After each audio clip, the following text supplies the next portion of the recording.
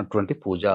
ఇంటి సింహద్వారానికి ఇరువైపులా ఉన్నటువంటి సింహద్వారానికి చక్కగా పసుపు కుంకుమతో అలంకరించి గడపకి ఎర్రటి కుంకుమతో ఆ స్వామివారికి సంబంధించి విధంగా స్వామివారి నామాన్ని మనసులో జపం చేసుకుంటూ ఆ యొక్క గడపకి కుంకుమతో తడిపినటువంటి విధంగా ఆ గడపని పూర్తిగా అలంకరించాలి, పూయాలి.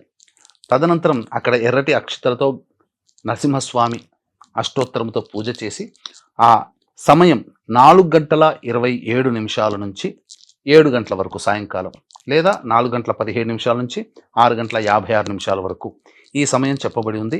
ఈ సమయంలో లక్ష్మీ నృసింహ కరావలంబ స్తోత్రము కానీ, లక్ష్మీ నృసింహస్వామి వారి అష్టోత్తరం 11 సార్లు కానీ పారాయణం చేయాలి. లేదా ఓం నమో నారసింహాయ నమః అనే నామాన్ని, లేదా ఓం వజ్రనఖాయ విద్మహే తీష్ణదంగుష్ట్రాయ ధీమహి తన్నో నారసింహ ప్రచోదయాత్ అనే గాయత్రిని 1008 సార్లు కానీ పఠించినట్లయితే, ఎందుకు గుర్తుపెట్టుకోండి, ఆ గడప దగ్గర పూజ అనేటువంటిది మాత్రం విధిగా ప్రతి ఇంట్లో గనక చేసుకున్నట్లయితే మీ ఇంట్లో ఉన్నటువంటి నరదృష్టి, నరఘోష, శత్రుబాధలు తొలగిపోయి కుటుంబం అంతా కూడా సంతోషముగా జీవిస్తారని చెప్పవచ్చు.